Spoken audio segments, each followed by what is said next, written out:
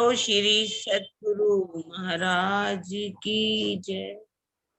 सर्व सुंदर साथ की जय। हाँ जी सुंदर साथ जी, हमारी ये जो छुपाई चल रही है परिक्रमा ग्रंथ से अष्टपहर की लीला। अष्टपहर की लीला में छुपाई आई थी। सैया दोए चाकले ल्याई, सो तो दोनों दिए बिछाई। श्री राज उतारे वस्त्र, पहनी पिछोरी कमर पर।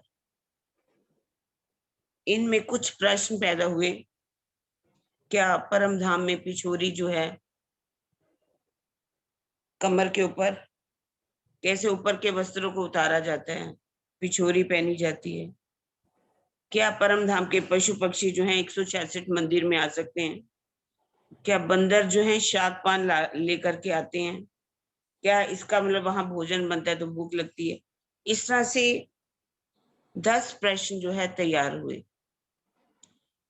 ये जो 10 प्रश्न है उनका समाधान कैसे किया जाए,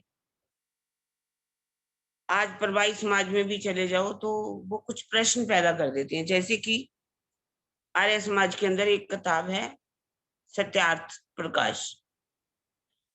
सत्यार्थ प्रकाश इतनी फैल चुकी है किताब, उसमें उन्होंने सभी संप्रदाय वालों के ऊपर कटाक्ष किए हुए। यदि ये हमारी किताब भी उनके पास पहुंचती है कि ऐसे इनके पारवम करते हैं, तो हम उनका उत्तर कैसे दे सके? उनका समाधान बहुत अच्छे तरीके से किया गया।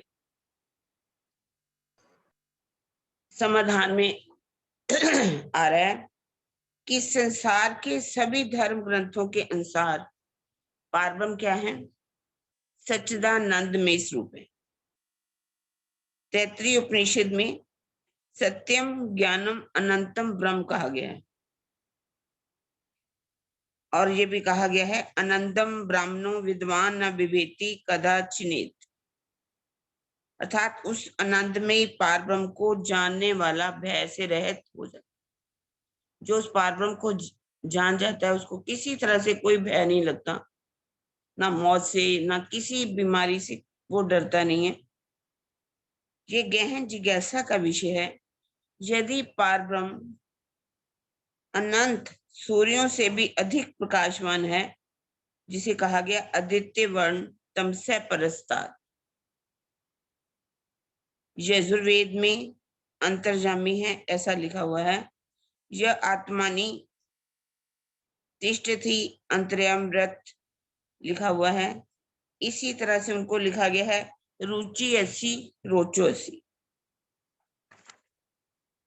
अर्थात और लिखा हुआ है जो परमात्मा तुम हो वह मैं हो जाऊं, जो मैं हूं तो वो हो जाए। यद गणेश्याम अहम त्वम तम वाघास्याम। इसी तरह से यदि वह हमारी प्रार्थना को सुन सकता है तो वह हमसे बोल क्यों नहीं सकता? यदि वह हमें देखता है तो हम उसके सौंदर्य को क्यों नहीं देख सकते? यदि उसमें सौंदर्य, ज्ञान और प्रेम भरा हुआ है तो लीला रूप में इसकी प्रमाणिकता क्या है? क्या संतरे के छिलके को हटाकर उसके रस को निचोड़े बिना उसे मीठे रस वाला कहा जा सकता है? क्या लीला में प्रकट हुए बिना ही उस पार ब्रह्म को प्रेम और आनंद का सागर कहा जा सकता है? यदि पार ब्रह्म के प्रेम और अनंत की क्रिया नहीं है तो परम धाम में क्या वह निठल्ले होकर चुपचाप बैठा रहता है?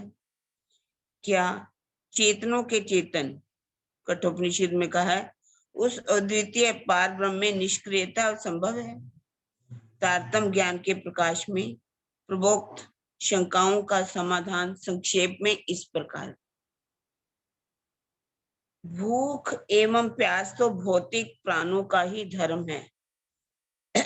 परम धाम त्रिगुणातीत होने के कारण भूख प्यास रोग शोक विकारों से रहित है। वहां तो पल पल मशूक देखना यही आहार आशकिन श्रृंगार ग्रंथ 11 प्रकरण 6 की स्थिति है। किंतु मात्र लीला रूप में ही भोजन लीला को दर्शाया गया है। सुख का उपभोग मात्र 5 साधनों के द्वारा ही संभव है। आंखों से मोहक सौंदर्य को देखकर, कानों से मधुर वचनों को सुनकर, नासिका से सुगंध लेकर, जीभा से अति मीठे वचन बोलकर या स्वादिष्ट पदार्थों का रसास्वादन करके तथा त्वचा के द्वारा अति कोमल या मधुर स्पर्श का अनुभव करके। ये 5 इंद्रियों से 5 इनका हम जो है अनुभव कर सकते हैं। स्वलीला द्वैत परम धाम की प्रेममयी व आनंदमयी लीला को भी इसी दृष्टि से ही व्यक्त किया गया है। यद्यपि आंतरिक मार्फत रूप से संपूर्ण परम धाम ही अक्षरातीत का स्वरूप है और उनके अतिरिक्त वहां और कोई भी नहीं है, किंतु लीला का प्रकटन तो अकेले संभव नहीं है। जैसे कि बिना लहरों के तो प्रत्यक्ष दिखने वाला महासागर को भी महासागर नहीं कहा जा सकता। अपने अनंत प्रेम अनंत गुण को लीला रूप में व्यक्त किए बिना श्री राज्य को भी प्रेममयी और आनंदमयी कैसे कहा जा सकता है। इसलिए बाह्य हकीकत दृष्टि से लीला रूप में श्यामा जी, सखियों एवं 25 पक्षों आदि का स्वरूप दृष्टिगोचर होता है। परम धाम की शब्दातीत लीला को शब्दों की परिधि में लाने के लिए ही पूर्वोक्त 5 साधनों के आधार पर वर्णित किया गया है। श्री महाराज जी के मन में इस संसार में जो भी श्रेष्ठ तथ्य उठते थे, उन्हीं को माध्यम बनाकर शब्दों में लीला का कथन किया गया है।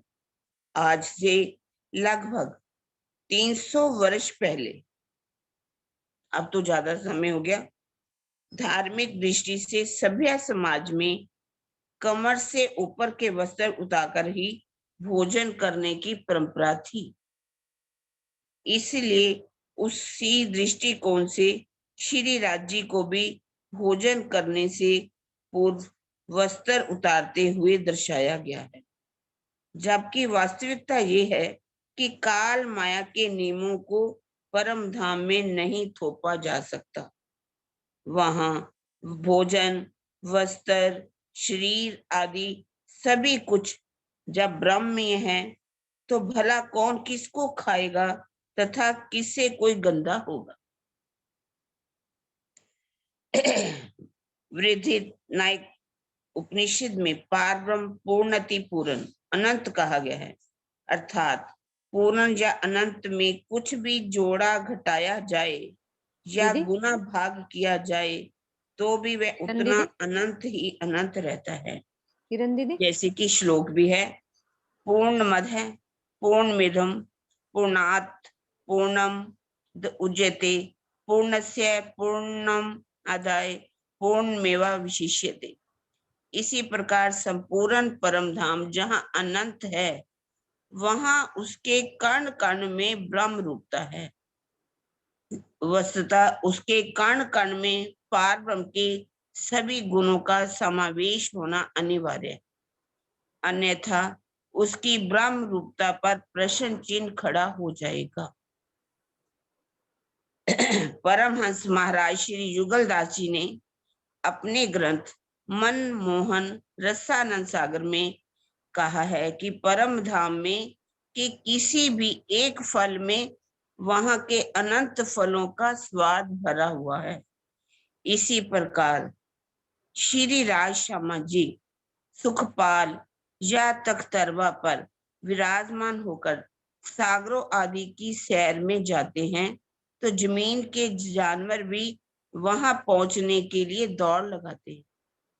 उनकी राह में पर्वत, महल, जो कुछ भी आते हैं वे पल भर के लिए झुककर धरती के बराबर हो जाते हैं तथा उनके चले जाने पर पूर्ववत दृष्टिगोचर होने लगते हैं। ये किसमें लिखा हुआ है? युगलदास जी की वृत्ति, ग्रंथ मनमोहन रसानंद सागर। श्री युगलदास जी के शब्दों में जिमी रूप जो मोहल मंदिर हैं अत्यंत नरमित होके चांदनी रूपी सिर अपने से फेर फेर जमीन को छुअत हैं और आदाब बंदगी का बजाते हैं और खड़े से बीच सेजदे के पुस्त खंभ हो के फिर ज्यों के त्यों सीधे हो जाते हैं। उपरोक्त कथन से ये सिद्ध होता है कि परम धाम में इस नश्वर जगत के विपरीत स्थिति है।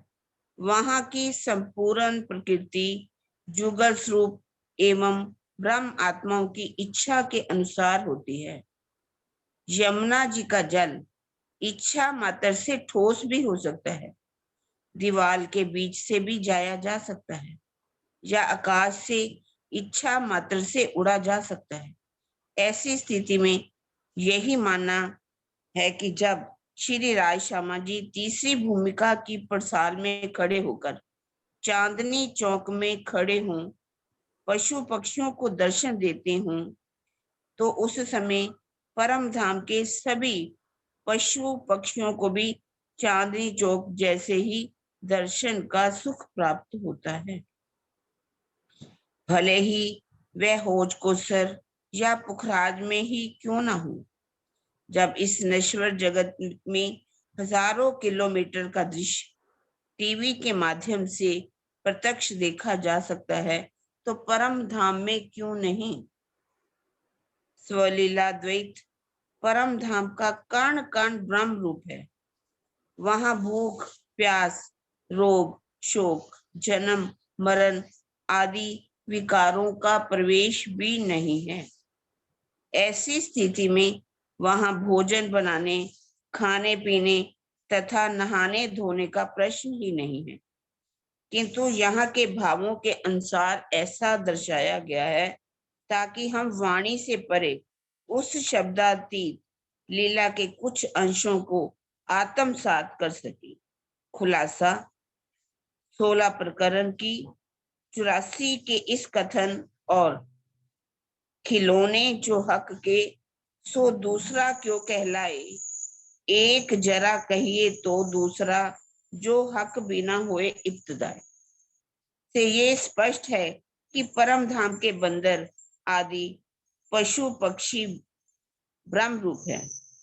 लीला मात्र में ऐसा कहा गया है, इसलिए परम धाम की इस अकथनीय लीला को लौकिक दृष्टि से नहीं देखना चाहिए। तैत्तिरीय उपनिषद में ब्रह्म को आनंदमयी कहा गया है। सत्यम ज्ञानम अनंतम ब्रह्म। अनंत ब्रह्मणो विद्वान न भेति कदा चिनेति। प्रश्न ये है कि पार ब्रह्म आनंदमयी कैसे माना जाए। क्या ये कल्पना कर ली जाए कि अनंत प्रकाश का पुंज चारों ओर क्रीड़ा कर रहा है और उसमें आनंद ही आनंद दृष्टिगोचर हो रहा है। यदि हम तारतम्यवाणी के प्रकाश में वेद और कुरान का अनुशीलन करें तो ये स्पष्ट होता है कि सच्चिदानंद पार ब्रह्म का अति सुंदर किशोर स्वरूप युगल है, जो त्रिगुणातीत, निर्विकार, अनादि और अखंड है तथा वही अपनी अंग रूपा आत्माओं के साथ लीला करता है। संपूर्ण परम धाम के रूप में उसका ही अनंत प्रकाश फैला हुआ है। तैत्तिरीय उपनिषद के वह व अनु 8 में ब्रह्मानंद की मीमांसा की गई है, जो संक्षेप में इस प्रकार है। रूप और यौवन से संपन्न संपूर्ण पृथ्वी का ऐश्वर्य का भोग करने वाले एक मनुष्य है। राजा का जो आनंद है उससे 100 गुना आनंद गंधर्वों का है। गंधर्व की स्वर्ग में है उससे 100 गुना आनंद देव गंधर्वों का है, उससे भी 100 गुना पितरों का है। इसी क्रम में 100 गुना आ जान देवों, कर्म देवों, देवों इंद्र, बृहस्पति, प्रजापति और ब्रह्म का है। इसी प्रकार ब्रह्म का आनंद एक राजा के आनंद से 10 गुना है। ये तो बेहद मंडल के आनंद की एक झलक भर है। परम का आनंद तो अनंत गुना है। उस आनंदमय लीला को शब्दों में व्यक्त करने के लिए यहाँ की लीलाओं, स्नान, भोजन, भ्रमण, नृत्य, शयन आदि को आधार बनाया गया है, क्योंकि आनंदमय लीला की कोई भी क्रिया श्रवण, दर्शन, स्पर्श, रस अनुभूति या सुगंधि के केंद्रों में ही संभव है। इसलिए मुखवाणी में कहा गया है, अर्श का वर्णन किया ले मसाला इतका। परम धाम की लीला, शोभा या आनंद का वर्णन करने में इस संसार की बुद्धि पूर्णतः असमर्थ है। परम धाम में नूर का ही भोजन है। यमुना जी भी नूर की है। इस प्रकार नाचने वाले, देखने वाले, सुनने वाले भी क्या है, सभी नूर के। अंग सारे नूर के, नूरे का नूर आहार, कौल फैल हाल नूर का, हाल चाल नूर व्यवहार। परिक्रमा 37 प्रकरण 13 नंबर चौपाई। बड़ा वन माहौल नूर का, ए नूर अति शोभित, जोए नूर आई पुल तले, सो क्यों कही जाए नूर सिफत। परिक्रमा 36 प्रकरण की 20 चौपाई। नूर नूर को देखें, नूर की नूर सुनत, नूर नाचत, नूर बाजत, नूर कहाँ लो को गिनत। नूर बाजे नूर बजावही, नूर गामे नूर स्वरूप, नूर देखे फेर फेर नूर को, नूर नाचत नूर अनूप। परिक्रमा 37 प्रकरण की 50 और 51 की चौपाई ये स्पष्ट कर रही है। यदि मूसलाधार वर्षा का पानी, पहले इतने ये पॉइंट क्लियर कर दो ना, ये तो पढ़ते जाएंगे तो फिर वो कुछ समझ नहीं आएगा। हाँ जी, ये क्या कहना चाह रहे हैं, पहले इन चीजों को क्लियर करो, क्योंकि काफी ज्यादा हो जाएगा ना, फिर आगे वाला पॉइंट ही छूट जाएगा।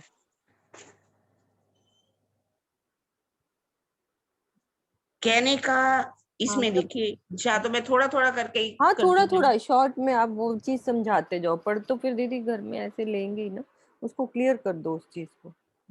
ठीक है। हम्म। कहने का मतलब कि जो पारब्रह्म है वो सत्यचित आनंद में है। रुचि असी रोचो असी, मनोहर है, अति सुंदर है। जो पारब्रह्म अद्वितीय वर्ण, तम से प्रस्तार, इस अंधकार से परे, अद्वितीय वर्ण, जैसे सूरज की बात, सूरज की रोशनी से उनकी तुलना की गई। यहाँ तक कि यहाँ का जो सूर्य है वो तो बिल्कुल गर्मी से भरा हुआ है, लेकिन परम धाम के सूर्य की बात, उसको तुलना अवश्य की गई है। तुलना में कहा गया, अर्थात कहने का मतलब है कि उसमें कितना आनंद भरा हुआ है, कितना सौंदर्य भरा हुआ है। वह पारब्रह्म जो है हमारी बात को सुन भी सकता है, बोल भी सकता है। जो सौंदर्य, जो जैसे कि यहाँ 5 इंद्रियों से हम 5 सुखों का अनुभव करते हैं, इसी तरह से तुलना लेकर के यहाँ की बातों को वहां पर घटाया गया है। अब उस पारब्रह्म की बात करनी है तो यहाँ से तुलना करके ही हम किसी बात को बता सकते हैं। जैसे कि ये भी कहा है कि परम धाम में तो क्या है, पल पल मशूक देखना, खिन खिन की चौपाई आती है एक, खिन खिन अश प्यार अश रोहन, पल पल मशूक देखना, यही आहार आशकिन। परम धाम की आत्माओं का आहार क्या है, धनी का दीदार करना। ऐसा नहीं है कि वहां पर जो है ये सब खाने पीने की बातें की गई है। परमात्मा जो है आनंदमयी, परम धाम की लीला जो है आनंदमयी है और इसी दृष्टि से व्यक्त किया गया है। उस भावनाओं को लेकर यहाँ की बातों पर बताया गया। पारब्रह्म जो क्या है, मार्फत का स्वरूप है, लेकिन लीला वहां होती है।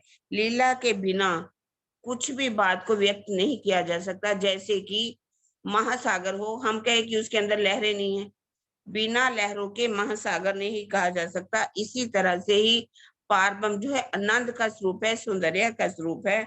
उसकी पारब्रह्म की अनंत लीलाओं को बात करने के लिए यहाँ हकीकत में उस सब बातों को व्यक्त किया गया है। परम धाम की जो सभी लीलाएं हैं जब होती हैं तो राज्य भी हैं, श्यामा जी भी हैं, सखियां भी हैं, परम धाम के 25 पक्ष भी। और ये लीलाओं को बताने के लिए उस शब्दातीत पार ब्रह्म को हकीकत के अंदर व्यक्त किया गया है। संसार के अंदर यदि बताना हो तो शब्दों में ही बताया जा सकता है। शब्दों का माध्यम बना करके बिना शब्दों में कोई कहे कि हम बता दें, आज से 300 वर्ष से भी ज्यादा वर्ष पहले जब राजा महाराजा भोजन किया करते थे तो वो उस समय क्या करते थे, ऊपर के वस्त्र उतार करके एक पिछोरी जो है सफेद चादर इत्यादि पहन करके भोजन किया करता है। उन्हीं बातों को यहाँ लेकर के यहाँ के भोजन, वस्त्र, शरीर आदि सब कुछ, सब बातों को दर्शाया गया है। और यहाँ परम धाम में ऐसा तो कुछ भी नहीं है कि कोई भी चीज गंदी हो सके, वहां का भोजन गिरे और वस्त्र गंदे हो जाए, ऐसा परम धाम में नहीं है। और ये भी उन्होंने बता दिया कि परम धाम के जब इस संसार के अंदर बेशुमार जितने भी देवी देवता हैं वो इंद्रियों के द्वारा, सूक्ष्म इंद्रियों के द्वारा सुख ले सकते हैं, सब जमा घूम सकते हैं। जैसे कि वैसे मेरे जहां तक है, गोपाल मणि जी महाराज जो थे अपनी इंद्रियों के द्वारा, सूक्ष्म इंद्रियों के द्वारा पूरे 9 खंडों में घूमा करते थे, 9 खंडों में घूम सकते थे। तो यहाँ भी अगर एक आज पर्दे के ऊपर देखा जाए, एक पर्दा लगा, एक जब पिक्चर चलती है, आज बड़े बड़े राधा स्वामियों के की तरफ भी चले जाओ तो कितने टीवी लगा दिए जाते, सबके अंदर वो दृश्य दिखाई देता है। तो कहने का भाव है कि 166 मंदिर का अगर चांदनी चौक है तो उसके अंदर पूरे परम धाम के पशु पक्षी आ सकते हैं और उस परम धाम की लीलाओं को देखा जा सकता है। जैसे राजी जब सवारी लेकर के चलते हैं तो नीचे वो बता रहे हैं कि युगलदास महाराज जी की इस जो मनमोहन ग्रंथ है उसमें लिखा हुआ है कि जो पुखराजी पहाड़ हो वो भी नीचे हो जाता है। मानिक पहाड़ है, अगर उस तरफ जा रहे हैं तो मानिक पहाड़ भी नीचे हो जाता है, 24 साल का महल भी नीचे हो जाता है, वो भी सिजदा बजाते हैं।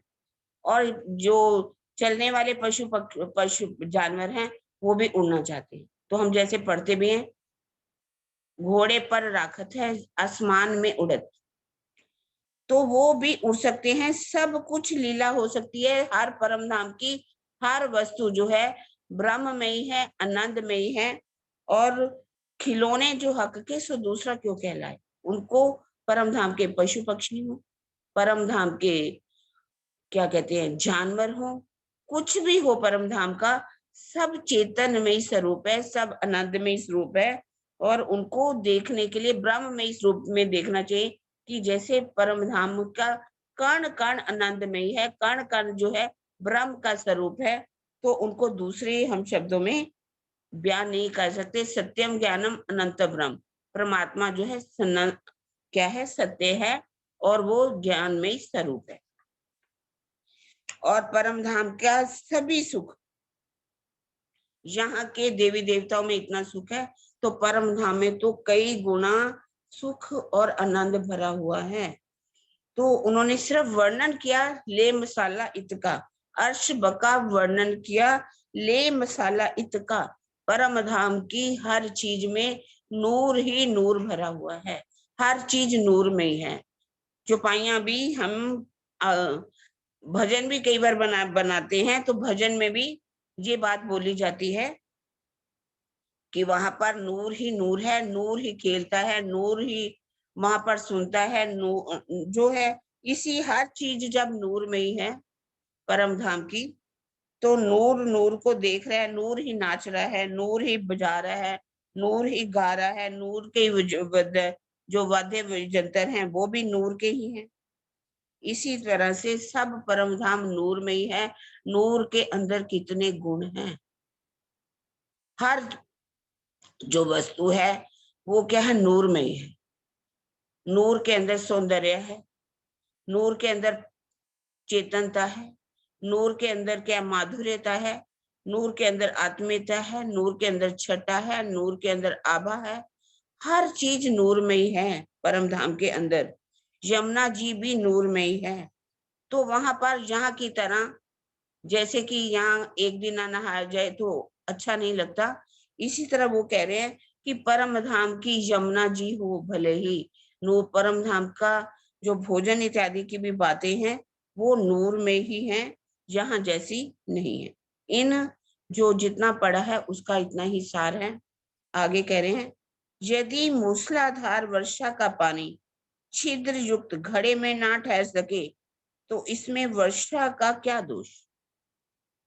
सूर्य के उदय होने पर यदि चमगादड़ को दिखाई ना पड़े तो सूर्य को दोषी बनाने की मानसिकता क्यों। भाव क्या है कि जैसे मूसलाधार वर्षा हो रही हो, धामधनी आनंद दे रहे हो, हमारा बर्तन ही टेढ़ा हो तो पानी उसमें रुक नहीं सकता। इसी तरह सूर्य का उदय हो जाए लेकिन चमगादड़ जो है उसको दिन के समय नहीं दिखाई देता तो इसमें सूर्य का कोई दोष नहीं है। मैं राज्य के तन में विद्यमान श्री इंद्रावती जी की आत्मा अवश्य परम धाम की है, किंतु जो जीव है, भले मरु का जीव है, वो तो आदि नारायण का ही प्रतिभास है। धनी के अवयश के बिना उस तन में ये समर्थ्य आ ही नहीं सकती कि वे बेहद और अक्षर से परे अक्षरातीत की शोभा श्रृंगार का वर्णन कर सके। कहने मतलब कहा गया है कि महाराज जी से ये वाणी का अवतरण नहीं हो सकता। भले ही भाव यहाँ के लिए गए हैं, लेकिन वाणी किसके द्वारा उतर रही है, धामधनी के द्वारा। अक्षरातीत की ये मुख्य वाणी है। ये उसमें भी कहा ये लुगाना निकसे, एक शब्द भी मेहराज जी से लुगाना निकले मेहराज से, ये मेहराज जी से वाणी का एक लुगा ए वचन मेहराज प्रगट ना थाए। मेरी बुद्धि लुगा ना निकसे, मुख धनी जाहिर करे अखंड घर सुख। ये वाणी मेहराज जी की कही हुई नहीं है। और ये कह रहे हैं कि मेरी बुद्धि से एक शब्द भी वाणी का निकल नहीं सकता। धामधनी स्वयं इस सुखों को प्रकट कर रहे हैं। इन कथनों से ये पूर्णतः स्पष्ट है कि तारतम वाणी मात्र श्री राज्य की है। इससे मेहराज जी का तन प्रयुक्त हुआ है। श्री इंद्रावती जी की आत्मा को महामती जी के रूप में शोभा दी गई है। मानवीय हृदय स्वलीला द्वैत परम धाम की लीला को आंशिक रूप में भी समझने की पात्रता पा सके। स्वलीला द्वैत की लीला को जो कुछ अंश जो है वो ही समझने की पात्रता पा सके, इसलिए मानवीय लीला के सांचे में निज धाम की लीला को ढाला गया है। वह वैसे ही है जैसे हिमालय पर्वत को एक तिनके के रूप में व्यक्त करना, या एक गिलास गंगा जल को नदी कह देना। जैसे कि हम एक बोतल में गंगा जल रख लेते हैं तो क्या कहते हैं, हमारे पास गंगा की जल है। इसमें ग्रहण करने वाले की पात्रता का ही दोष है, देने वाले का नहीं। यदि हम ये सोचे कि ये जो वर्णन किया गया है मेहराज जी ने अपनी बुद्धि से कहा हो, तो क्या सागर की अथाह जल राशि होने के कारण वे अपनी लहरों के साथ उमड़ना बंद कर सकता है? नहीं। क्या सूर्य अपने प्रचंड ताप की उपस्थिति के कारण अपनी किरणों को अपने ही अंदर छिपाए रख सकता है? नहीं। क्या चंद्रमा अपनी शीतल ज्योति अपने मनोरम सौंदर्य पर पर्दा डाले रह सकता है? जब इन जड़ पदार्थों में स्वाभाविक ही क्रिया हो रही है तो चेतन पारब्रह्म निष्क्रिय कैसे रह सकता है कि वो कोई लीला ना करे। जब जड़ पदार्थों में स्वाभाविक ही क्रिया हो रही है तो चेतन पारब्रह्म निष्क्रिय कैसे रह सकता है। जब इन क्रिया तो चेतन का स्वाभाविक गुण है। यदि अक्षर ब्रह्म के मन में स्वप्निक स्वरूप आदि नारायण के आदेश से संपूर्ण क्षर जगत के कार्यों का संपादन हो रहा है, तो अक्षर से भी परे अक्षरातीत के क्रियाहीन होने की कल्पना कैसे की जा सकती?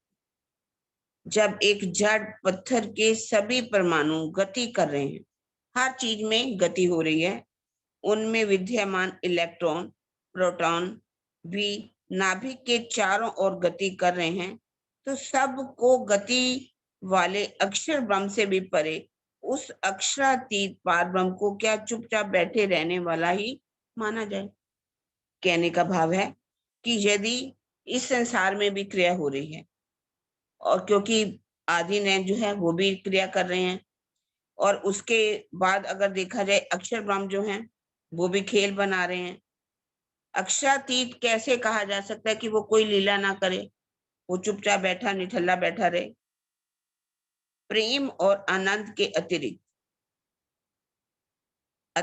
में शारीरिक अंगों का संपंदन ही नृत्य है। ये कैसे? वैसे ही है जैसे मधुर हवा के झोंकों से पेड़ पौधे झूमने लगते हैं। हवा चलती हो कभी, बहुत बहुत प्यारी सी हवा, आप वनों में चले जाइए, वन में जाकर के देखिए जैसे जो वृक्ष हैं कैसे वो झूमते हैं, कभी इधर झूमेंगे कभी इधर झूमेंगे, उनका दृश्य जाकर के किसी ऊंची छत पर देखो तो बहुत ही सुंदर दृश्य दिखाई देता है। परम धाम में होने वाले नृत्य को की लीला को लौकिक जगत के उस विलासपूर्ण नृत्य के समक्ष नहीं मानना चाहिए जिसमें अश्लीलता की गंध आती है। भक्ति भाव से पूर्ण परिपूर्ण मीराबाई, चैतन्य महाप्रभु, सूफी फकीरों के नृत्य में जो पवित्रता और माधुर्यता है, तो उससे करोड़ों गुण पवित्रता माधुर्यता आनंद परम धाम के नृत्य में है। परम धाम का नृत्य कोई ऐसा नहीं है कि जैसे राजा महाराजा पहले दासियां रखे थे, वो नृत्य करने वाली दासियों को रखा जाता था, वो नृत्य देखते थे। अश्लील नृत्य होता है, आजकल के होटलों में भी अश्लील नृत्य होता है। इसी तरह से वो बता रहे हैं कि यदि मीराबाई का देखिए, चैतन्य महाप्रभु जो हैं, सूफी फकीरों को भी नृत्य करे देखें तो उनमें कितनी पवित्रता होती है, और उससे करोड़ों गुना पवित्रता परम धाम के उस नृत्य में है। जिस प्रकार सागर उसकी लहरों में कोई अंतर नहीं होता, उसी प्रकार नृत्य की लीला करने वाली सखियां अक्षरातीत से अभिन्न स्वरूप हैं। वह लीला तो अक्षरातीत के हृदय से उमड़ने वाले प्रेम और आनंद के अनंत सागर की लहरों की क्रीड़ा है। मतलब कहने का है कि जैसे सागर अपनी लहरों से लीला करता है, ऐसे ही अक्षरातीत के हृदय में जब बहुत प्रेम आनंद भर जाता है और वो आनंद जो है अपनी आत्माओं के हृदय में भी आने लगता है, तो वो लीला, आनंद की लीला कहते हैं उसे। ये लौकिक दृष्टि से इस आनंद की लीला की तुलना नहीं करनी चाहिए और उसी रूप में नहीं देखना चाहिए। सीता हरण के पश्चात मर्यादा पुरुषोत्तम राम का वनों में भटकते हुए विलाप करना क्या उनकी गरिमा को कम कर देता? यदि गांव और बछड़ों का चराना, अनपढ़ ग्वाल बालों और गोपियों के प्रेम में डूबे रहना भी लीला पुरुषोत्तम श्री कृष्ण जी की ब्रह्म रूपता पर प्रश्न चिन्ह नहीं खड़ा करता। गायें बछड़ी चरा रहे हैं जैसे कि, और उसी तरह से पार ब्रह्म जो है अपनी आत्माओं के प्रेम में डूबे रहते हैं। श्री कृष्ण जी लीला जब करते हैं, पुरुषोत्तम राम हैं, जब सीता का हरण हो गया तो उन्होंने विलाप किया।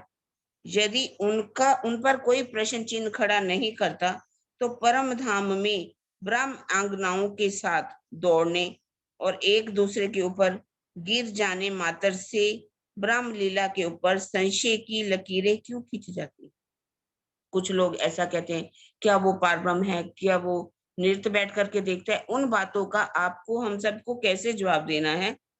वस्तुतः प्रेम ऐसी अलौकिक वस्तु है जिसका रसपान करने के लिए अपने पद एवं गरिमा के साथ साथ स्वयं को के अस्तित्व को भी मिटाना पड़ता है। अपना अस्तित्व मिटा देते हैं, शरीर का भी। इसकी थोड़ी सी झलक राम के विलाप में देखी जा सकती है। रासेश्वर श्री कृष्ण जहां रास लीला में श्यामा जी के बालों में चोटी गूंथते, जब लीला हो रही थी रास के अंदर, तो श्यामा जी के बालों में चोटी गूंथने का आपने देखा। जमुना जी के बाद, जीला के बाद वो श्यामा जी क्या करके चोटी गूंथते, और नित्य में सखियों के गिरे हुए भूषणों को उठाकर पुनः उन्हें यथास्थान लगा देते हैं।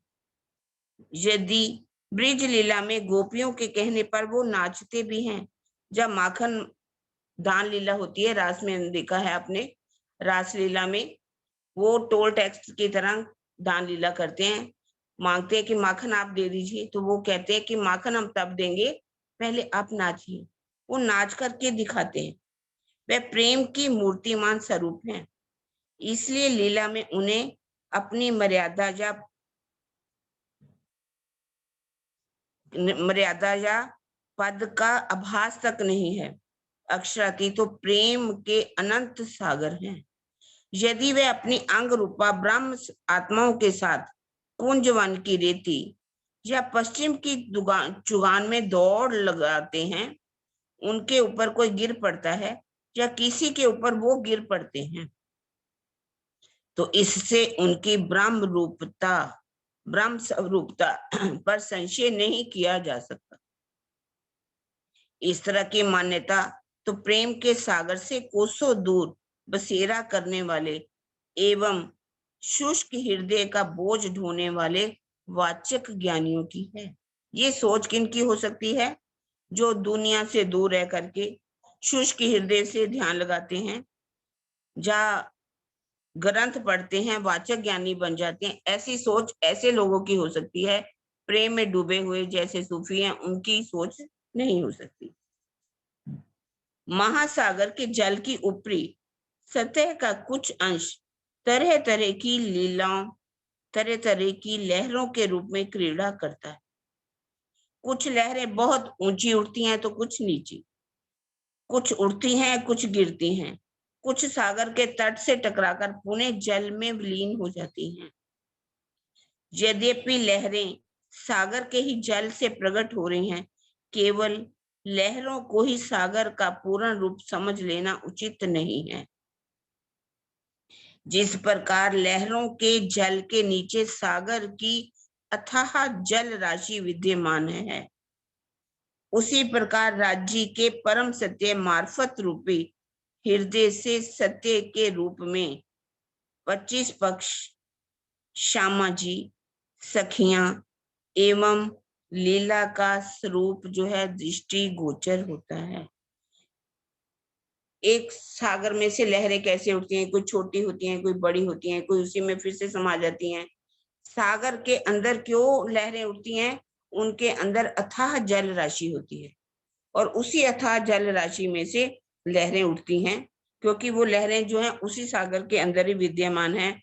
उसी प्रकार राज्य जो है मार्फत का स्वरूप है, उसी मार्फत से ही सत्य की हकीकत की लीला 25 पक्षों, श्यामाजियों, सखियां हैं, सबका स्वरूप जो है दृष्टिगोचर होता है। लाल चबूतरा, सुखपाल, हिंडोले आदि क्या है? ब्रह्म रूप ही तो है। लीला रूप में ये राज्य से अलग दिखाई पड़ रहे हैं। अक्षरातीत की वास्तविक पहचान तो उनके परम सत्य स्वरूप मार्फत की पहचान है। जिस मार्फत की पहचान हमें परम धाम में नहीं थी, उसी मार्फत स्वरूप की पहचान वो धामधनी हमें यहाँ बता रहे हैं। हकीकत तो लहरों की तरह उनकी बाह्य क्रीड़ा है, जो उनके प्रेम, आनंद, एकत्व, सौंदर्य आदि गुणों को प्रकट करने के लिए है। भाव क्या है कि अगर समुद्र में से लहरें ना हो तो समुद्र पर प्रश्न चिन्ह खड़ा हो जाता है। ऐसे ही धामधनी अपनी लहरों के साथ, जैसे हकीकत की लहरों की तरह वो बाह्य क्रीड़ा करते हैं। उनमें प्रेम है, आनंद है, तत्व है, सौंदर्य है। यदि ऐसा ना हो तो धर्म ग्रंथों में आनंदो ब्रह्म इति वेजनात् सर्वस्य च केवलम नूर आला नूर कैसे कहा जा सकता है? क्योंकि मार्फत तो पूर्णतया अव्यक्त है। मार्फत जो है अव्यक्त है और हकीकत जो है उनका व्यक्त स्वरूप है। जिस प्रकार किसी पुस्तिका के छोटे से पन्ने पर संपूर्ण भारत, विश्व या आकाश गंगा में विद्यमान करोड़ों नक्षत्रों को दर्शा दिया जाता है। क्या किया जाता है? एक छोटे से पन्ने के ऊपर संपूर्ण नक्शा इंडिया का या किसी अपने देश का, विश्व या आकाश गंगा करोड़ों नक्षत्रों को दर्शा दिया जाता है। उसी प्रकार अनंत परम धाम को भी परिक्रमा ग्रंथ में एक बहुत छोटे से रूप में दर्शाया गया है। इसकी माप या गणना इस संसार की माप या गणना के रूप में नहीं देखना चाहिए। इसलिए मुखवाणी का श्रृंगार ग्रंथ 26 प्रकरण 5 का कथन है, गिनती 100 अर्श की ये बातें समझेंगी मोमिन समझेंगे। मोमिन समझेंगे। ये जो कितनी हम बोलते हैं उसकी लंबाई चौड़ाई 50 करोड़ योजन है या 150 उसकी गिरद बताई जाती है। ये सारी गिनती है। जो भी यहाँ हम गिनती कर रहे हैं, 100 हाथ बोल देते हैं, फिर योजन में बोल देते हैं, करोड़ों में आगे बढ़ते जाते हैं। तो ये गिनती यहाँ की है। परम धाम को इस गिनती में नहीं लाना चाहिए।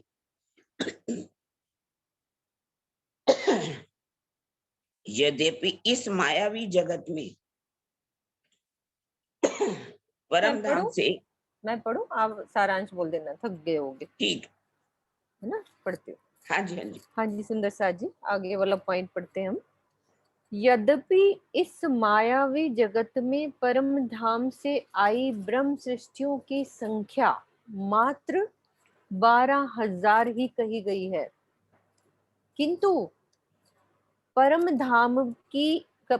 धाम में इनकी संख्या को इतने में ही सीमित कर देना एक भारी भूल हो सकती है। अनंत को सीमाबद्ध करना तो हमारी मानवीय बुद्धि को ग्राह्य बनाने के लिए है।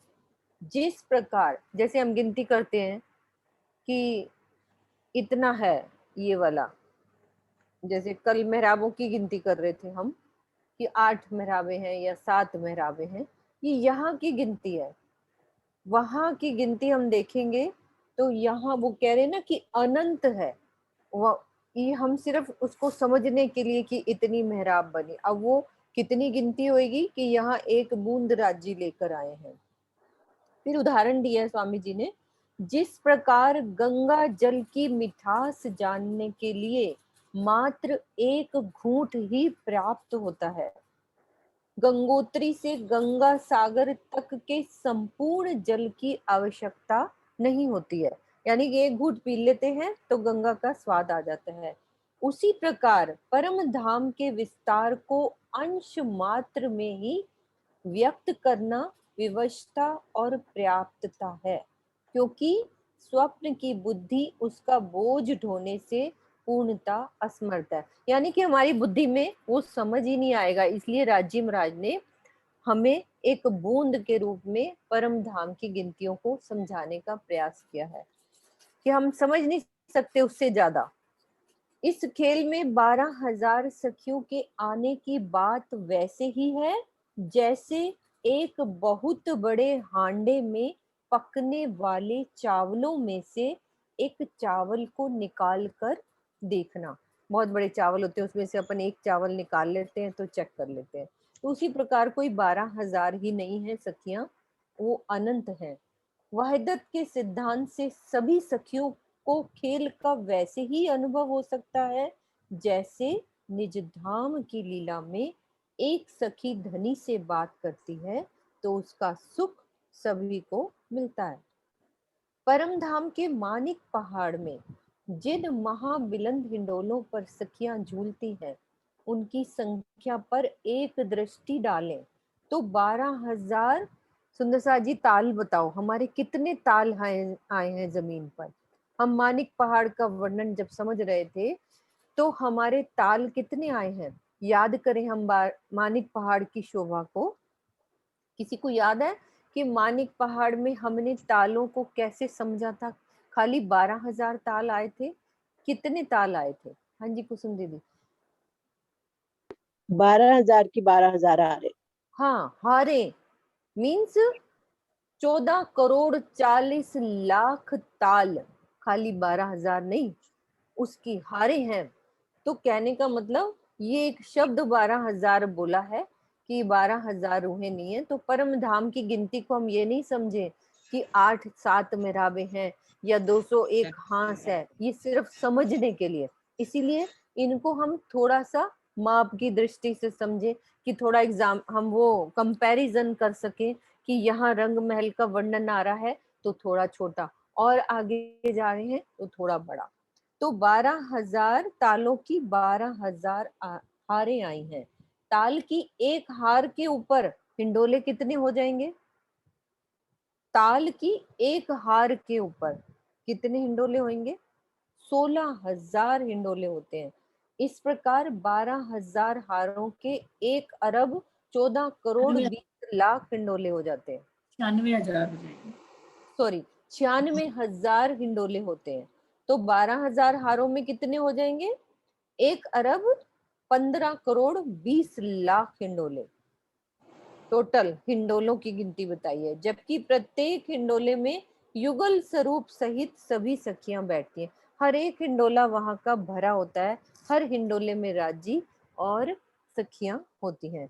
यदि ऐसा कहा जाए कि जिस प्रकार रास लीला में श्री राजी ने 12,000 स्वरूप धारण कर लीला की, या 5वीं भूमिका की शयन लीला में नृत्य 12,000 रूप धारण करते हैं, उसी प्रकार स्वलीला अद्वैत परम धाम में भी श्री राज श्यामा जी और सखियों के अनंत रूप हो जाया करते हैं तथा पुनः 12,000 स्वरूपों में समाहित हो जाया करते हैं।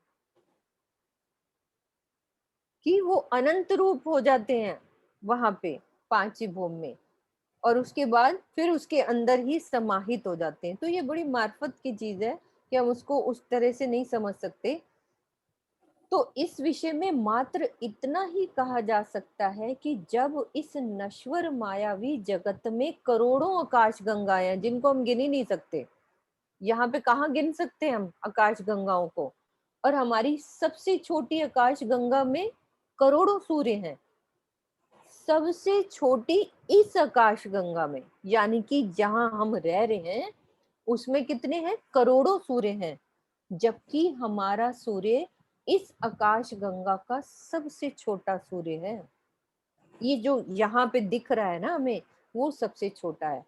तो संपूर्ण क्षर जगत में रहने वाले प्राणियों तथा करोड़ों आकाश गंगाओं को अपने में लीन करने वाले महाशून्य का विस्तार अनंत किलोमीटर में होगा, कि उसकी पता नहीं कितने ही किलोमीटर होगी। तो उन्होंने उदाहरण देके बताया कि यहाँ का हम हिसाब नहीं कर पा रहे, इस आकाश गंगा में कितने करोड़ों सूरज हैं। हमें तो एक ही दिख रहा है ना आसमान में, ऐसे कितने ही सारे हैं। जब यहाँ का कोई हिसाब नहीं है तो परम धाम को हम गिनती में नहीं ला सकते उनको।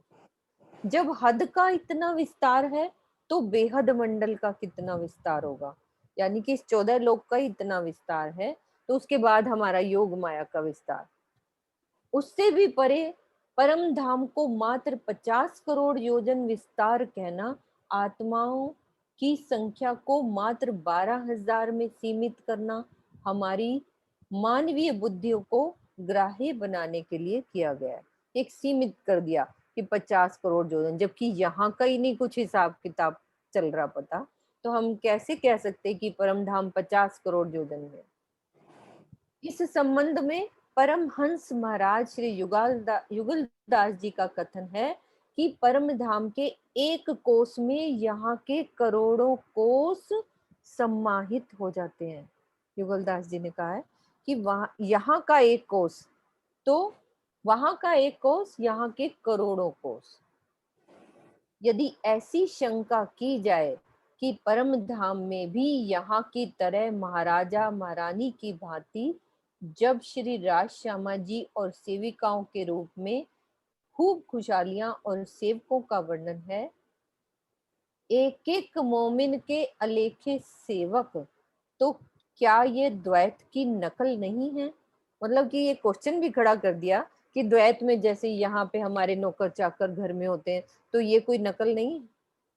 इसके समाधान में मात्र इतना ही कहा जा सकता है कि ये सारा कथन मात्र हमारी बुद्धि के लिए ग्राही बनाने के लिए कहा गया, एक समझाने के लिए कि ऐसे सेवक और सेविकाएं, जबकि वहां कोई फर्क है ही नहीं। इसके लिए चौपाई लिखी है खुलासा ग्रंथ की, प्रकरण नंबर 16, चौपाई 84 में, कि एक जरा कहिए तो दूसरा जो हक बिना होए इब्तदाए, कि वहां परम धाम के बिना कुछ है ही नहीं, मतलब राज्य के बिना कुछ है ही नहीं। परम धाम में श्री राज्य के अतिरिक्त अन्य कोई दूसरा है ही नहीं, बल्कि सभी रूपों में श्री राज्य ही लीला कर रहे हैं। खूब खुशहालियों की शोभा सुंदरता सखियों से किसी प्रकार भी कम नहीं है। एक उस दिन वर्णन हम चांदनी चौक का समझ रहे थे कि खूब खुशहालियां भी वही श्रृंगार करके आती हैं जो सखियों ने करा होता है, वैसा ही, मतलब वही जो हम करते हैं। पशु पक्षियों के स्वरूप में श्री राजी का हृदय ही लीला कर रहा है, वे भी आशिक बनकर अपने प्रीतम को रिझाते हैं। धनीनों के कारणे स्वरूप धरे कई करोड़, ले दिल चाया दर्शन ऐसे आशिक हक के जोर। पशु पक्षी तो क्या, परम धाम की धरती आकाश जल सभी कुछ चेतन है और सभी आत्म स्वरूप है। जिमी जात भी, इसके लिए चौपाई है कि कैसे आत्म है। चौपाई लिखी हुई है, जिमी जात भी रू की, रू जात आसमान, जल तेज वाय सब रू को, रू जात अरस सुभान, कि वहां की जल और तेज और वाय यानी कि हवाएं सब वो आत्मा है। पशु पंखी या दरखत रू जिनस है सब, रू जिनस का मतलब कि वो रू जैसे ही हैं वहां के पशु पंखी दरखत। हक अरस वायदत में दूजा मिलिए ना कबू कब।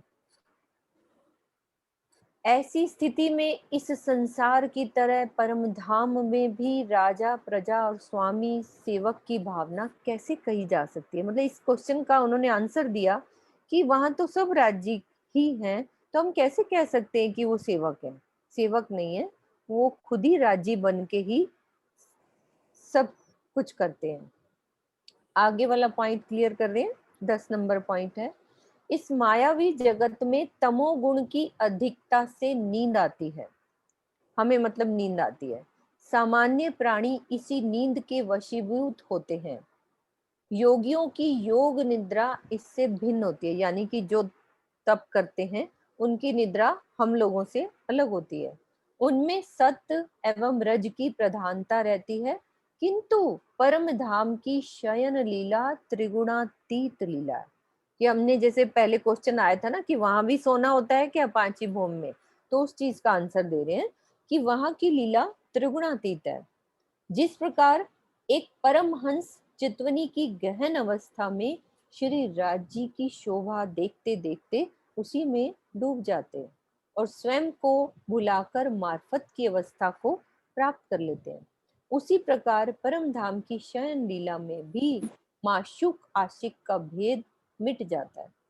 कि हम ये ना कहें कि यहाँ पे भी तो हमारे परमहंस जो होते हैं ध्यान लगाते हैं, रात रात भर बैठे रहते हैं और आशिक और राज्य की प्रेम में डूब जाते हैं। परम धाम की ब्रह्मंगनाएं प्रीतम अक्षरातीत के अनंत प्रेम और सौंदर्य में इस प्रकार डूब जाती हैं। फिर वो क्लियर कर रहे हैं कि वहां नींद नहीं है, हम पांची भूम में क्या करते हैं, राज्य के इश्क में डूब जाते हैं और स्वयं के अस्तित्व का जरा भी बोध नहीं रहता।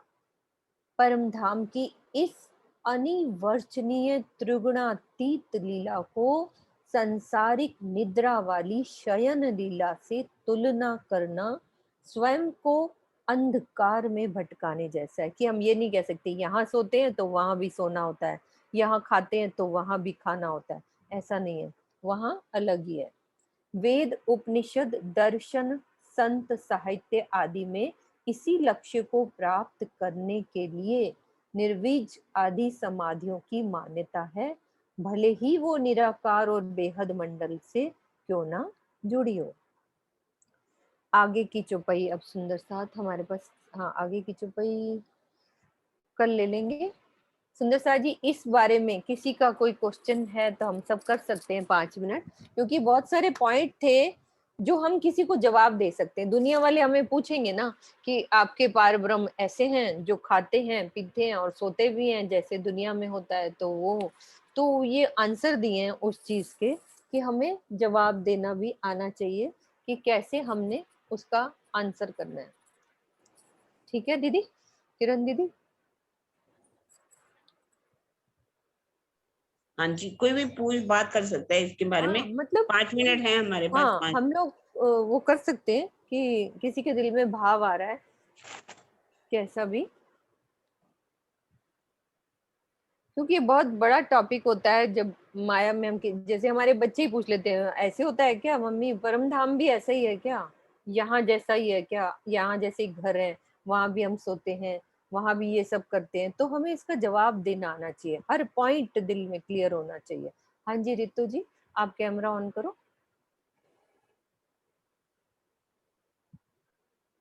रितु, आपने रेज हैंड किया है, गलती से हुआ है?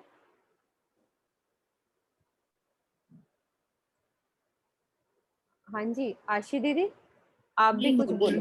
हाँ जी हो गया रितु दीदी? जी, हाँ जी रितु जी आप बोलो। मैम ये फिर भी मुझे क्लियर नहीं हुई ये सारी बातें कि कैसे किसी को बताना है। ओके, शॉर्ट में है ना। आशी दीदी आप थोड़ा सा इनका जवाब दो, आप दे सकते हो, कैमरा ऑन करो। प्रणाम जी, प्रणाम बरसात जी। हाँ जी। आप कह रहे हो आप इसका जवाब दे सकते हो, क्या क्या जवाब दूं?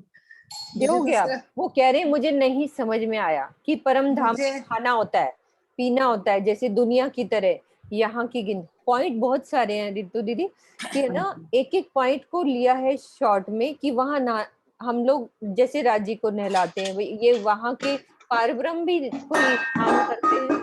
बर्तन की आवाज आ रही है, आप कहीं बिजी हो तो नहीं क्लियर नहीं। नहीं, ठीक है। हाँ जी हाँ जी। तो मतलब हर चीज को एक एक पॉइंट को क्लियर किया है। कुछ एक पॉइंट आशी दीदी आप बोलो। मैं सार में सिर्फ एक वाक्य जो मेरी समझ में आता है ना, स्वामी जी की चर्चा में आज भी सुना और पहले भी कभी कभार पढ़ा है, जब भी वो बीच बीच में जरूरत पड़ती है परिक्रमा में, श्रृंगार में समझाते रहते हैं साथ साथ में।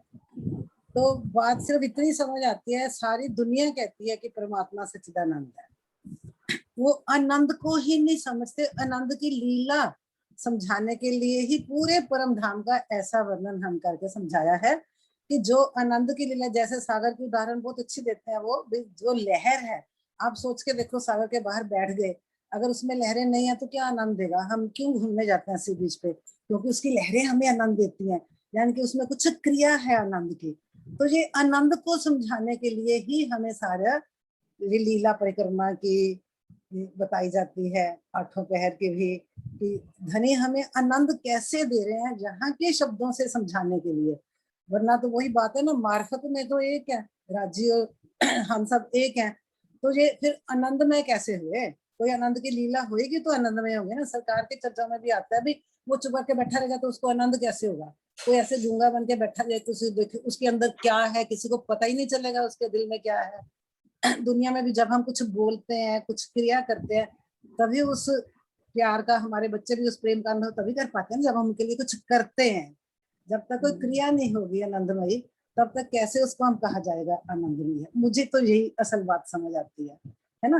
तो उस आनंद की लीला को ही, और हम अब प्रैक्टिकली देख रहे हैं सुंदर साथ जी, जैसे जैसे हम उस आनंद की लीला में समझ आ रही है ना, चाहे वो परिक्रमा ग्रंथ से है, चाहे परिक्रमा में ही है अष्टपहर की लीला भी, सारा परिक्रमा ग्रंथ से जो जो हमें लीलाएं समझ आ रही हैं, तो अपने हृदय में देखो उसका आनंद बढ़ता जाता है। ये मतलब यहाँ की प्रैक्टिकल बात है। जैसे जैसे हम वाणी से जुड़ते हैं तो हमारी आत्मा को आनंद का अनुभव होने लग जाता है। पहले सिर्फ ज्ञान का अनुभव होता था। ये 100% सच है, मैं अपना अनुभव बता रही हूँ कि पहले ज्ञान का अनुभव होता था। पढ़ते थे ना, पाठ पढ़ते थे, शब्द अर्थ आए, टीकाकरण आया, तो उसमें क्या था, ज्ञान का अनुभव होता था, अच्छा लगता था पढ़ के भी, अच्छा हमारा परम धाम ऐसा है ऐसा है। लेकिन जैसे जैसे हम उस लीला को आत्मसात करते हैं ना, तो उसमें आनंद का अनुभव होना शुरू हो जाता है, जिसको सारी दुनिया कहती है कि परमात्मा आनंदमयी है। सच्चिदानंद सब कहते हैं। ये वर्ड आज तक किसी ने नहीं छोड़ा, चाहे आर्य समाज वाले हो चाहे सनातन धर्म वाले हो, सच्चिदानंद उसको सब मानते हैं। अगर सच्चिदानंद मानते हैं तो आनंद कैसे है, तो आनंद तो लीला से ही होगा ना, लीला के बिना तो नहीं ना हो सकता। जब तक मार्फत की हकीकत का बयान ना हो तो मार्फत की समझ कैसे आएगी, किसी के दिल में क्या है उसको जब प्रकट ना किया जाए तो कैसे पता चलेगा। जैसे छोटी सी बात मैंने बोली कि एक माँ अपने बच्चे को प्यार करती है, उसके लिए कुछ करती है ना, वो खाना बनाती है, उसकी इंतजार करती है, कुछ ना कुछ क्रिया करती है ना। जैसे छोटे बच्चे के लिए या बड़े के लिए, जितना मर्जी बड़ा हो जाए, उसको फिक्र होती है मेरे बच्चे ने आज कुछ खाया कि नहीं, परदेश में रह रहा है, पता नहीं इसकी पत्नी इसका ध्यान रख रही है कि नहीं। यहाँ के उदाहरण, यानी कि जब तक कोई क्रिया नहीं होगी तब तक आनंद कैसे आएगा। तो इसीलिए परम धाम में सारा क्रिया रूपी हकीकत का बयान करा गया है। और जैसे जैसे हम परिक्रमा ग्रंथ में डूबते हैं, जैसे ये सुबह वाले प्रोग्राम भी चलते हैं, हमें समझाए जाते हैं अभी परम धाम में क्या क्या है। 25 पक्ष, 25 पक्ष का मतलब ही यही है। बेशक मार्फत में धनी ने बता दिया कि वो मेरा ही रूप है। क्यों मेरा रूप है? क्योंकि मैं ही आपको प्यार करता हूँ, मेरे ही रूप है। बच्चा भी तो माँ का ही रूप है ना, उसके अंदर से पैदा हुआ तभी माँ उसको प्यार करती है ना, इसलिए ये उदाहरण दिया जाता है यहाँ समझाने के लिए। तो कहने का मतलब यही है कि जो आनंदमयी है, आनंद का अनुभव तो आनंद की लीला से ही होगा। चुपचाप बैठे रहने से कौन मानेगा कि परमात्मा आनंदमयी है? किसी ग्रंथ में आज तक इस आनंद की लीला का वर्णन नहीं आया। सबने कह तो दिया कि आनंदमयी है, लेकिन आनंद कैसे है कोई नहीं जान सका। जितने मर्जी ग्रंथ उठा लो, सब ने यही कह दिया कि सच्चिदानंद है। आनंद का वर्णन कोई नहीं कर सका, मेरे ख्याल में तो कोई नहीं कर सका, जितना को मुझे ज्ञान है ना। ये अभी बात चल रही थी शुरू में, जब इन्होंने सत्यार्थ प्रकाश से शुरू करा, यानी कि आर्य समाज का जो ग्रंथ है, तो उसमें भी वो कहते तो है ईश्वर सच्चिदानंद। 10 नियम है उनके, पहला नियम ही यही है, ईश्वर सच्चिदानंद। शुरू सच्चिदानंद से करते हैं, लेकिन फिर भी कहते हैं निराकार। जो निराकार है वो आनंद कैसे देगा? सोच के देखो, जिसकी शक्ल ही कोई नहीं, वो आनंद कैसे देगा? ये हवा हमें आनंद देती है, कब देती है? जब चलती है, जब हवा का प्रवाह होता है तो हवा, कहते हैं हाँ तो मजा, कितनी शीतल हवा है। किसी पार्क में खड़े थे, कहते कितनी सुगंधित हवा है। जब तक वो हवा क्रिया नहीं करी, चली नहीं, उसमें एक्शन नहीं हुआ, तो कैसे पता चले? तो ये सारी हकीकत का बयान है सुंदर साथ जी। जैसे जैसे हकीकत अंदर उतरती है ना, वैसे वैसे आनंद का अनुभव होता है। अगर यहाँ हम सपने के ब्रह्मांड में उस आनंद का अनुभव कर सकते हैं तो सच में कितना होगा, है ना। तो यही है सच्चिदानंद, आनंदमयी लीला। इसलिए सारी लीलाओं का वर्णन आज बड़ी डिटेल में आया, थोड़ा थोड़ा एग्जाम्पल मैंने उसका सारांश मतलब धनी ने मेरे से कहलवाने की कोशिश करी है। बाकी देखो जो राजी चाहे। बिल्कुल नहीं, प्रणाम जी। बहुत अच्छे तरीके से आपने बताया। फिर भी रितु दीदी, आपके मन में क्या क्वेश्चन है? मतलब एक दिल की बात होती है ना कि मेरे दिल में ये क्वेश्चन आ रहा है ना। मेरे दिल में ये क्वेश्चन आ रहा है कि मैं अगर मैं किसी को समझाने लगती हूँ, मुझे वर्ड्स ही नहीं मिलते। मैं क्या समझाऊं, मैं कहाँ से शुरू करूं? तो यही होता है कि मैं बस ये बोलती हूँ वो पार ब्रह्म सत्य चित आनंद है, लेकिन वो कैसा है वो नहीं डिस्क्राइब कर पाती। पहले खुद हमें स्वाध्याय करना पड़ेगा, ठीक है। जितना स्वाध्याय हम करेंगे, इतनी बुक्स हैं हमारे पास, इतनी अच्छी बुक्स हैं। आप मैं आपको साइट बताऊंगी, चाहे रतनपुरी साइट देख लो, चाहे SP जैन साइट देख लो, सब कुछ आजकल ऑनलाइन अवेलेबल है। पहले तो हम खुद ग्रहण करें कि मुझे भी पता है कि नहीं। जब मुझे पता होएगा तो मैं 2 शब्द बोल पाऊंगी। पहले तो मैं खुद लूं। अब ये हमारी बबली दीदी है, देखो कितनी अच्छी प्रोग्राम चला रही है यूट्यूब पे। आप इनके चैनल देखो, कितनी अच्छी। बबली दीदी पहले तो हेडफोन उतारो, आप, आपकी आवाज बहुत है। मतलब ये हमारे YouTube चैनल इनका एक बना हुआ है, इन्होंने छोटे छोटे पॉइंट लिए हैं। आप इनकी YouTube सुनो, एक एक पॉइंट को कैसे क्लियर किया है। कि दुनिया को हमें पार ब्रह्म के बारे में कैसे बताना है। बोलो बबली दीदी, आप बोलो।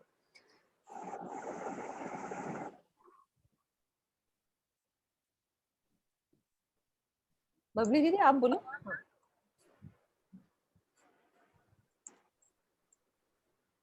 आपको अनम्यूट किया हुआ है, बोलो।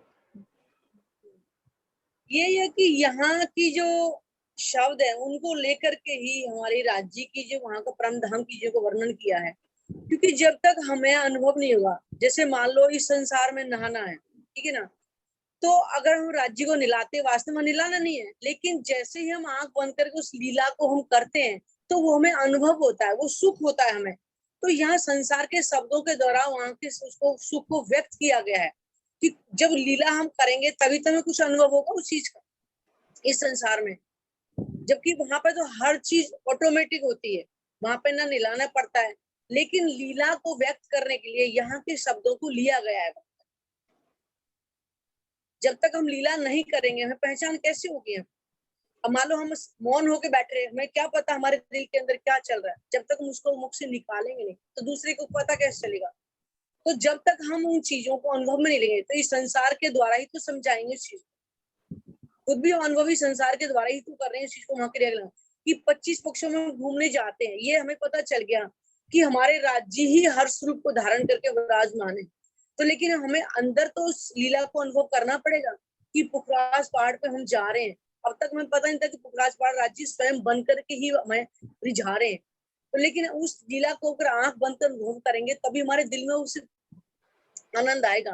तो उस संसार की जितनी भी चीजें हैं इस संसार के शब्दों में ला करके उसको अनुभव में व्यक्त किया गया है। और वास्तव में क्या है दीदी, पहले उस चीज को हम खुद अनुभव करें, उस चीज को जिसको हम किसी को बताना चाह रहे हैं। जब तक हम उसको खुद अनुभव नहीं कर सकते हम किसी को बताने के लायक सकती है। पहले उस चीज को हम अनुभव करें, पहले राज्य का स्वरूप क्या है, ठीक है, पहले हम खुद उसको अपने दिल में धारण करें। उसको जब तक उनका अनुभव ना कर लें हम उसको बता नहीं सकते। जब तक हमारे दिल में स्वयं उसकी परिपक्वता नहीं आ जाती हम किसको क्या बताएं कि राज्य का स्वरूप। पहले उसको हम देखें, हम अनुभव करें तब उसको, क्योंकि बना बना करके नहीं कहा जाता। जब उसमें कहते हैं कुरान की भाषा में कहते हैं ना कि जो अल्लाह ताला की सूरत को जो बयां करेगा वो काफिर होगा, क्योंकि उनकी सूरत को बना बना करके वर्णन करना संभव नहीं। इसलिए उनकी जो चीजें हम बताएं किसी को, पहले उसको हम खुद अनुभव करें उस चीज को, तब बता सकते कि हाँ ये है।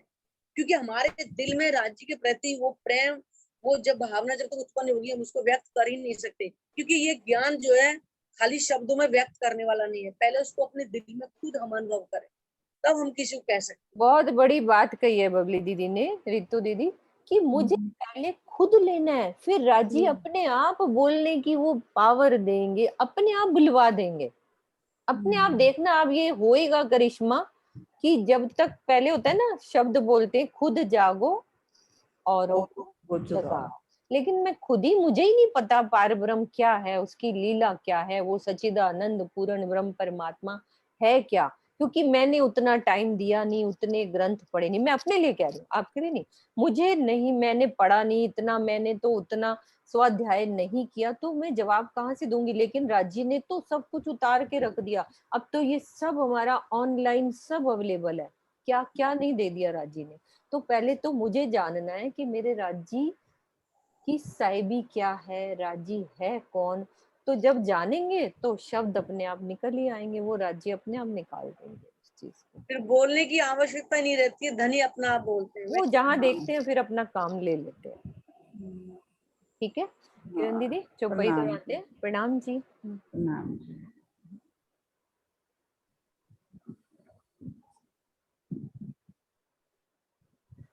हाँ जी किरण दीदी अनम्यूट करो।